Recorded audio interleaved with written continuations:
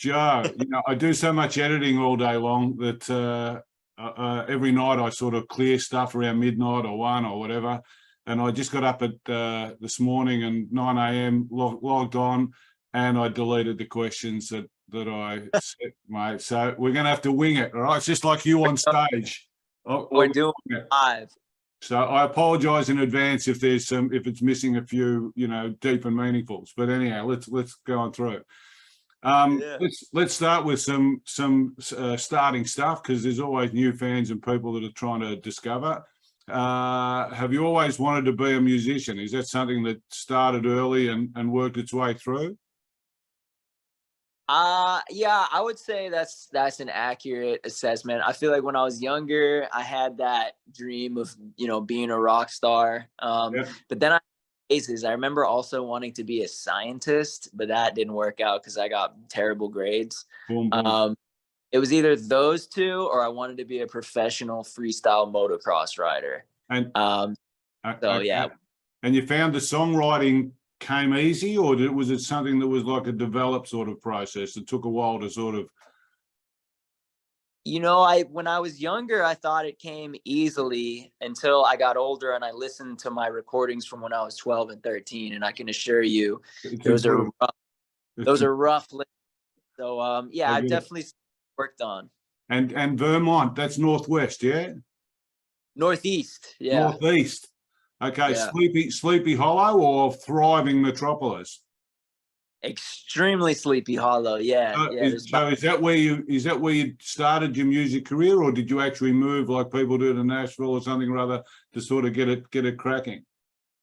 No, I've always been in the Northeast. I was born in Boston, okay. And I was in Massachusetts, and I just gradually moved further and further north, further and further into the woods.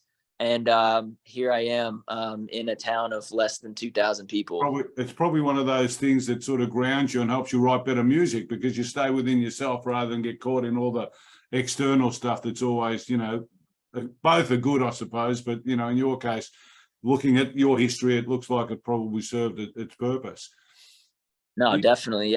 It's just my preference too. You know what I mean? I like the peace and quiet. Absolutely. Is Vermont the place where Newhart was recorded? You remember Newhart, Bob Newhart? You probably don't remember. It's about 30 or 40 years ago. Don't worry about it. Okay. How would you describe your sound? How would you describe it?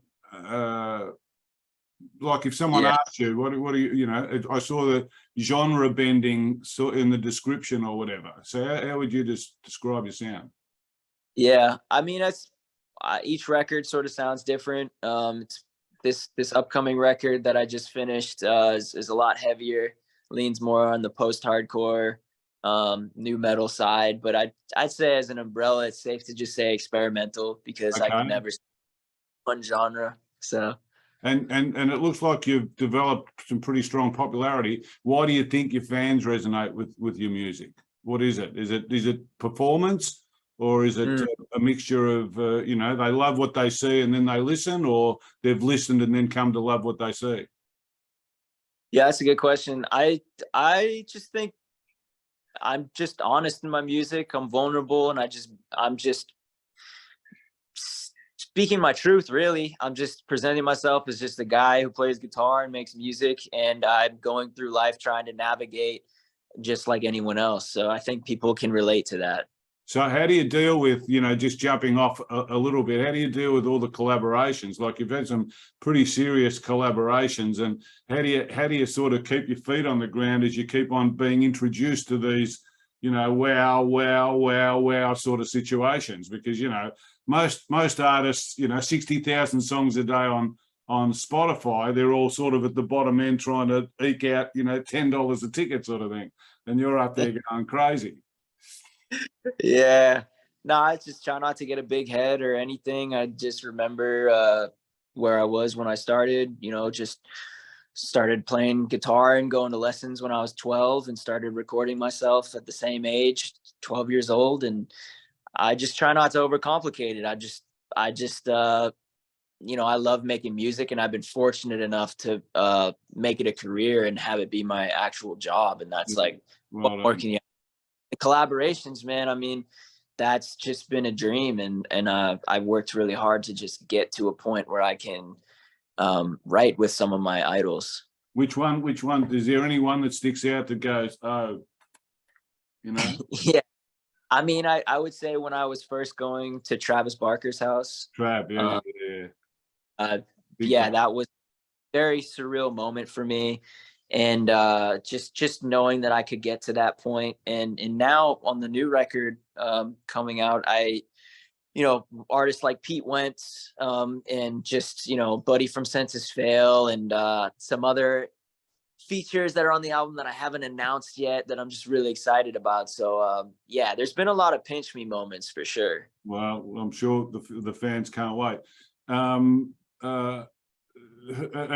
who, talking about non-collaborations, I suppose, who inspires you? Who do you look up to, or who do you listen to? Just before I say that, I suppose Vermont helps that too. Going back to a sleepy old hollow at home probably keeps you pretty, down to earth, etc. Because you don't keep in that bloody big mix, big hullabaloo. Yeah, no, that's definitely, I mean, I definitely live here on purpose, and that's one of the many reasons. It's traveling the world, and being in a different country or a different state most days when you're on tour can get really overwhelming. Yeah. And I think have a quiet place away from everything helps my mental health, because if I were to do a month and a half, 2-month tour and then come back to a bustling metropolis, I don't know how I'd really fare. And the music industry is ravenous, so they're trying to make money from you. So when they smile at you, you're not quite sure whether they're smiling in these different countries, because they're trying to get something out of you most of the time. Yeah, I mean, not to sound too like woo or too pseudoscience, but I really think you got to protect your energy. I feel like absolutely. That's the go on. No, I was just gonna say, when you go to these cities, New York, LA, maybe Chicago, definitely like Nashville, these music cities, and people, they want something from you, and it's very hard to navigate. So it's good to take a break and have a place to go away from that. Sure, and everyone in the world, if you go Tolly, they've just got the moment. You've only got you and the moment in collaboration, whether you're in a prison cell like Mandela, or whether you're, the king, whatever you are, you've still got to deal with the moment. And there's plenty of people, we've seen them recently jump off bridges and you look like they've got the perfect life. They've got everything going for them. So you're in the same boat. You're in the same boat. And I'll get to that in a second. I was going to say, I'll ask the next question in conjunction with, I was going to say who inspires you, etc. More to the point, you've done 4 albums, yeah? Yeah. How are those albums? How have you progressed through those albums, and what sort of influences, have you had as you progressed? Yeah, well, I mean, I started off just recording my own albums in my parents' basement when I was younger, and I would self-produce everything and do the artwork and do the music videos, and it was fully DIY. Album 1 or album 1 and 2? Mostly album 1. Yep, yeah. Definitely album 1. And then I ended up signing to a record label. And then I was like, okay, I have some money now, so I can actually go to a studio and I don't have to record in my parents' basement. Album 2 was a breakthrough, wasn't it? Yeah, I would say so. I mean, I would say I had these 2 records, Reaper and Ruiner, that sort of went in tandem. And that was really a breakout for me, especially Reaper, when I got to collaborate with, Chris from Dashboard Confessional. And there was a lot of moments where the sound just took off in a different direction because I had access to a studio and I had time. I quit my job, so I had more time to work on my craft at an accelerated speed. And that progression, you look back and you see that it's been rising, or is it rise and drop and rise? And how are you feeling about your songwriting over that four album period? Yeah, Yeah, it's funny. I'd say technically, yeah, I'd say I'm a much more sound and proficient musician that I was when I, recorded my first albums. But it is funny because you worry if you're, as you're a musician and you're becoming more successful, in theory, your life is going better, right? So your life, Yes, things are going great, you're selling records, you're touring, and that can be dangerous in a way because you're lacking the suffering that made I get the it. material. But at the same time, what I had to learn how to do was, I don't ever want to be in a place that I was when I first started, when I was really struggling and had a lot of mental health hurdles. So now I just look back. A lot of my material is in retrospect and remembering the dark places that I was. And That was Trauma Factory, was it? yeah, a lot of that, all of Trauma Factory really was me looking back on some of the tougher times in my life and reflecting on a safer place and not being in them, which I would prefer. I think the difficulty, and you see movie stars and all that do the same. They have a cracker movie and then they try and make 5 of the same thing to try and take advantage of the fact that it was a cracker. I'm sure that the money music situation is sort of saying that was fantastic, do another one, and you creatively want to move on, and you get pressure from above to sort of say, I'm not sure what, it doesn't sound like the last thing which went crazy, that sort of thing. Yeah, that's dangerous. Honestly, that is a dangerous mindset when you mix money and art. It's like mixing oil and water, and if something works, people will try and keep capitalizing on it. But at the same time, you're not progressing as an artist, and you're not creating what I think you should be creating, and that's just being in the moment and being honest with yourself. So it's yeah, Absolutely. Look, I'm tough. I'm a conscious dog. I'm 64. I'd love to, at some stage, have a longer talk to you about that conscious side of things, because that would be a very interesting discussion. But we don't have time today. Moving on quickly, we better talk about this tour that's coming up. You got a tour of Australia. What are you looking? Have you been here before? This is my first time ever in Australia, Aha. so excited. Gap for the kangaroos. You walk down the main street, you get knocked over. I No. don't know what I'll do the first time I see a kangaroo, but yeah, I don't know. I don't know what to expect other than it's going to be a lot warmer there, and The fans are mad. They'll love you. Don't worry about that, because they're crazy down here. And I think most people that have toured, if you've asked them, will say that they have a pretty good time down here, because they go a bit mental up here. They might be a bit more reserved in America, but they're not here. They go crazy. I'm excited. Yeah, I've had friends tour in Australia, and they said I'm going to have a blast. So I'm really excited. What can they expect? Yeah, I mean, I'm bringing my band. I have my guitarist Blake, my bassist Bert, and my drummer Taylor. And yeah, I think what people can expect is just a different take on my recordings. Really, I try to make them different and heavier and just a new experience. It's definitely not an act where it sounds exactly like it does on the record, and that's on purpose. I like to try and make it sound like a new experience. So yeah, we'll play some old stuff, some new stuff, and yeah, there should be some fun surprises in there as well. Terrific. And if you could bring anybody out, or if you could bring anybody out, past or present, to play with on stage, have them walk out from the back and sort of say, and now I'd like to introduce, Lady Gaga or something, rather, who would it be? From For the me, wing. off the top of my head, I could say Chester from Linkin Park. Ah, of course. What a choice. Massive choice. Yeah, that's fantastic. All right.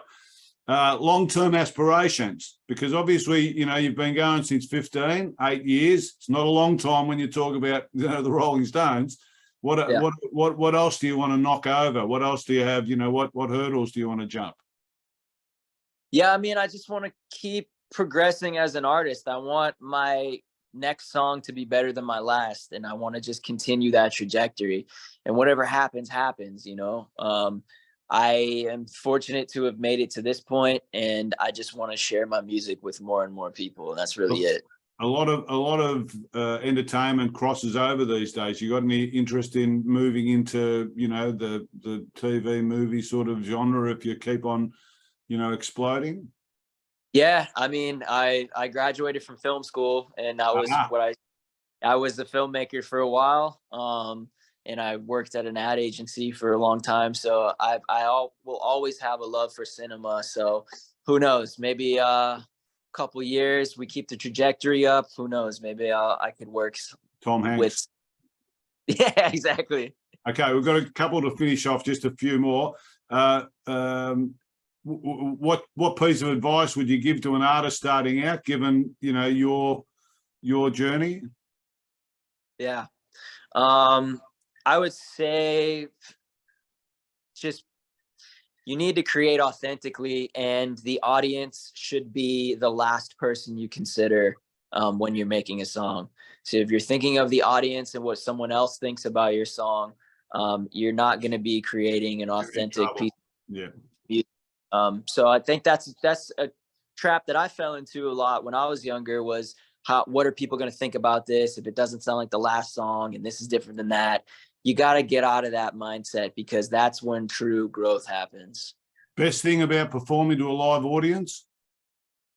Best thing about performing to a live audience would be just hearing people sing your lyrics back, because a lot of the times I just make the songs by myself, and to hear these people singing it back from around the world, it's like, yeah, it's a super crazy. And looking for a Queen sort of Live Aid, you know, Wembley sort of performance or something where you've got a crowd that's just moving in masses. That'd be a pretty cool thing. What's been the career highlight? I would say making this latest record. I haven't announced it just yet. I'm about to announce the release date, but I think it was really special because I have all of these memories of the past 8 years, and I made my best record, in my opinion, yet, and I made it here at my house in my barn. So fantastic. Sounds fantastic. I'm sure the fans, everyone will look forward to it. Now, I've got some quick questions for quick answers and we're done. These are the things that people hate, because basically, you know, it puts them on the spot and they say something that they regret later. Pardon me. So, favorite album? Favorite album. And you can say no. Just say no if you don't want to say it, because ultimately I don't want to put you on the spot and you say something that, yeah. I think a safe one would be the self-titled American Football LP. Artist? Favorite artist? Don't make any enemies. Yeah, right. Oh man, that's tough. Top of the head, come on. Or you can say pass. Say pass. I have to pass. Pass. Favorite movie? Favorite movie, Tommy Boy, Chris Farley. He's sensational. You know, underrated. If people knew him today, you know, he was a superstar. Favorite place to visit? Favorite place to visit? You're building up at the moment, aren't you? You're getting around. Yeah, I would say Prague, Czech Republic. Venue to play? Favorite venue to play? Paradise in Boston, Massachusetts. Favorite food? Favorite food? It's got to be pizza. Drink? Kombucha. Two more. Favorite person in history? Oh, favorite person in history. I would say Siddhartha Buddha. Yes, the great And do you have a tattoo or a number of tattoos? You do, obviously, I see on your neck. I have a lot of tattoos. I lost count. All the way through? When did you start getting them? I started getting tattoos when I was 18. And are they spiritual? Like when you get them, like you know, they represent something, and you know they're like meditative. You sit down and they're a part of you and all that. They represent a part of your life. It's the most painful meditation you can go through. Yeah, it is. Oh yeah, I just think it represents just chapters in my life. It's like a storybook. Cool. Thank you. Appreciate it. Thank you, sir. It's been a pleasure. And like I say, you know, I'm gonna start a series called Conversations with Dave at one stage, and I want to get into a bit of the feeling sort of stuff, because some of that sort of stuff really opens up and tells people about what an artist's like and why they're creating what they're creating and what's next and all that sort of stuff. And this whole business is about feeling. Someone's got to feel you to follow you. And if they don't feel you, well, then we're in TikTok world where their heads just go all over the place. So I'll look forward to talking to you at some stage in the future. And you'll share this when I put it up, won't you? Because we've got to get some views on the site. No, I appreciate it. This was great. I really appreciate it. Good on you, brother. Can't wait for you to come down. Wish you every success, and keep on discovering more about yourself. The world wants that. Thank you. Thanks, Janine. Thank you very much. Thanks for the opportunity. No problem. Thank you. All right. All the best. Bye. Bye now.